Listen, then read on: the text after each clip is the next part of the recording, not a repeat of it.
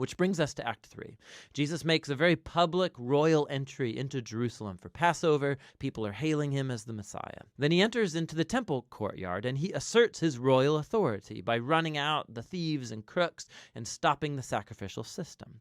Then this kicks off a whole week of Jesus debating and confronting the leaders of Israel, condemning their hypocrisy, and so they set in motion a plan to have him killed. Mark 11. Now when they drew near to Jerusalem, to Bethphage and Bethany at the Mount of Olives, Jesus sent 2 of his disciples and said to them, Go into the village in front of you, and immediately as you enter it, you will find a colt tied, on which no one has ever sat. Untie it and bring it. If anyone says to you, Why are you doing this? Say the Lord has need of it, and will send it back here immediately. And they went away and found a colt tied at a door outside in the street, and they untied it. And some of those standing there said to them, What are you doing untying the colt? And they told them what Jesus had said, and they let them go. And they brought the colt to Jesus and threw their cloaks on it, and he sat on it. And many spread their cloaks on the road, and others spread leafy branches that they had cut from the fields. And those who went before and those who followed were shouting, Hosanna! Blessed is he who comes in the name of the Lord! Blessed is the coming kingdom of our father David! Hosanna in the highest!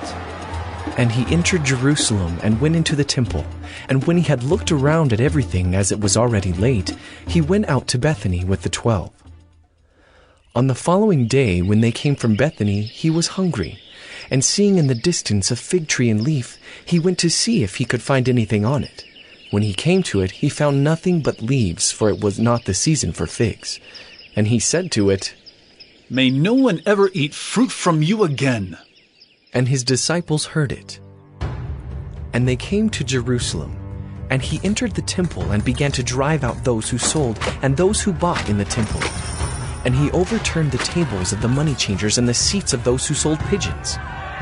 And he would not allow anyone to carry anything through the temple.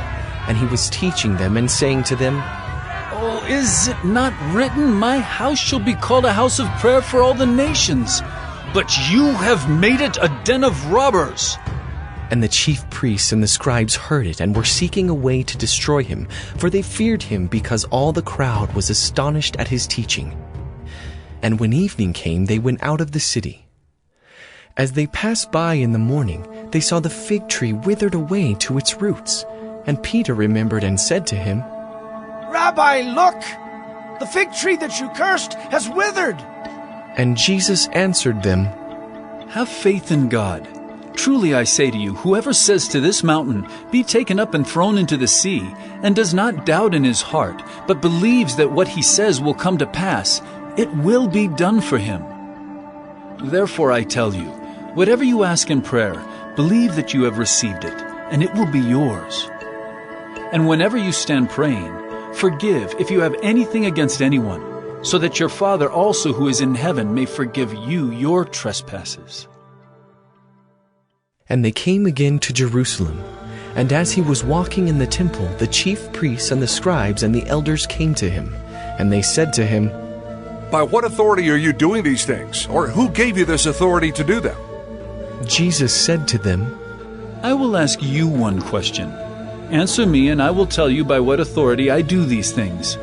Was the baptism of John from heaven or from man? Answer me. And they discussed it with one another, saying, If we say, from heaven, he will say, Why then did you not believe him? But shall we say, from man? They were afraid of the people, for they all held that John really was a prophet. So they answered Jesus, We do not know. And Jesus said to them, Neither will I tell you by what authority I do these things. Jesus hears that his dear friend Lazarus is sick, but his family lives near Jerusalem, which is now a death trap for Jesus. Now, Jesus could stay away and he would save his own life, but he loves Lazarus. So once he hears that Lazarus has died, he goes to raise him from the dead, and he calls him to life out of his tomb, knowing that it will cost him his own life. And the news of this amazing sign, it spreads quickly, of course, and just as Jesus knew would happen, the Jerusalem leaders hear about it and begin conspiring to murder him. And so he rides into Jerusalem as Israel's king who's rejected by its leaders. So the first half of John draws to a close with this story about Jesus laying down his life as an act of love for his friend. And this, of course, is also a sign pointing forward to the cross. John 12. 6 days before the Passover, Jesus therefore came to Bethany, where Lazarus was, whom Jesus had raised from the dead. So they gave a dinner for him there. Martha served, and Lazarus was one of those reclining with him at table. Mary therefore took a pound of expensive ointment made from pure nard, and anointed the feet of Jesus, and wiped his feet with her hair. The house was filled with the fragrance of the perfume. But Judas Iscariot, one of his disciples, he who was about to betray him, said, Why was this ointment not sold for 300 denarii and given to the poor? He said this not because he cared about the poor, but because he was a thief, and having charge of the money bag, he used to help himself to what was put into it. Jesus said, Leave her alone, so that she may keep it for the day of my burial. For the poor you always have with you, but you do not always have me.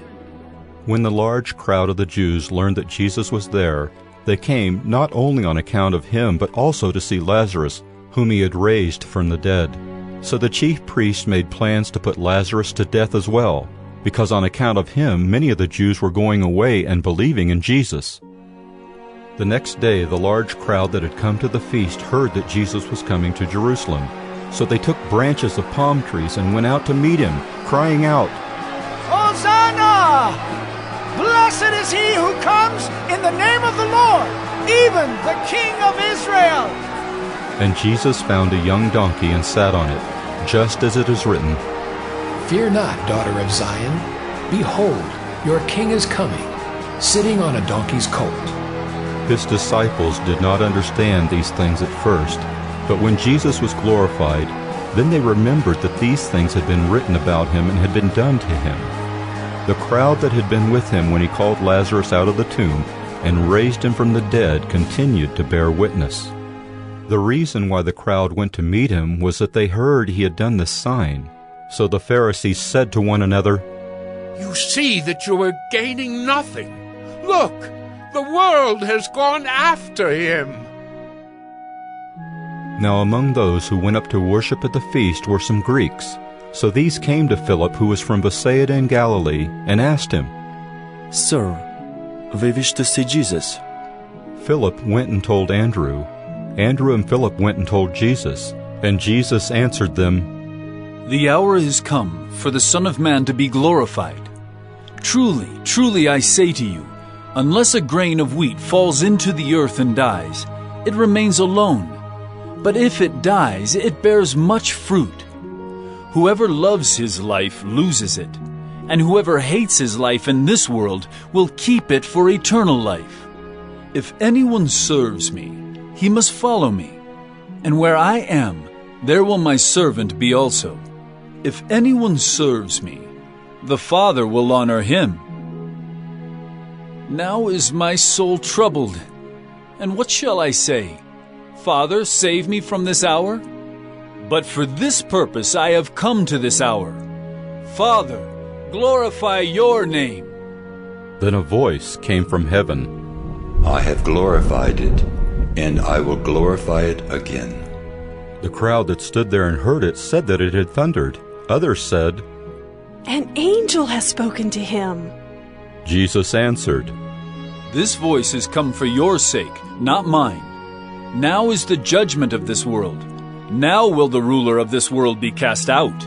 And I, when I am lifted up from the earth, will draw all people to myself. He said this to show by what kind of death he was going to die. So the crowd answered him, We have heard from the law that the Christ remains forever. How can you say that the Son of Man must be lifted up? Who is this Son of Man? So Jesus said to them, The light is among you for a little while longer. Walk while you have the light, lest darkness overtake you. The one who walks in the darkness does not know where he is going. While you have the light, believe in the light, that you may become sons of light." When Jesus had said these things, he departed and hid himself from them. Though he had done so many signs before them, they still did not believe in him, so that the word spoken by the prophet Isaiah might be fulfilled. "Lord, who has believed what he heard from us, and to whom has the arm of the Lord been revealed?"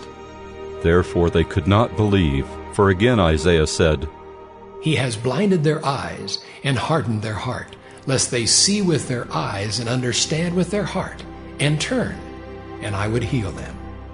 Isaiah said these things because he saw his glory and spoke of him.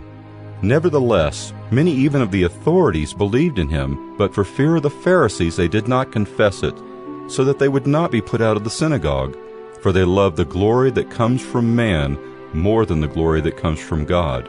And Jesus cried out and said, "Whoever believes in me, believes not in me, but in him who sent me. And whoever sees me, sees him who sent me.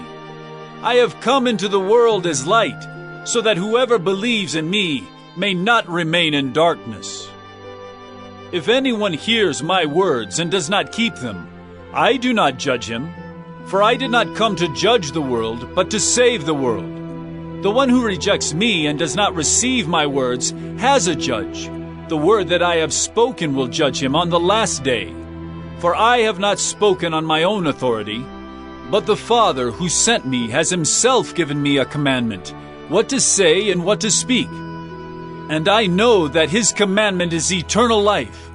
What I say, therefore, I say as the Father has told me."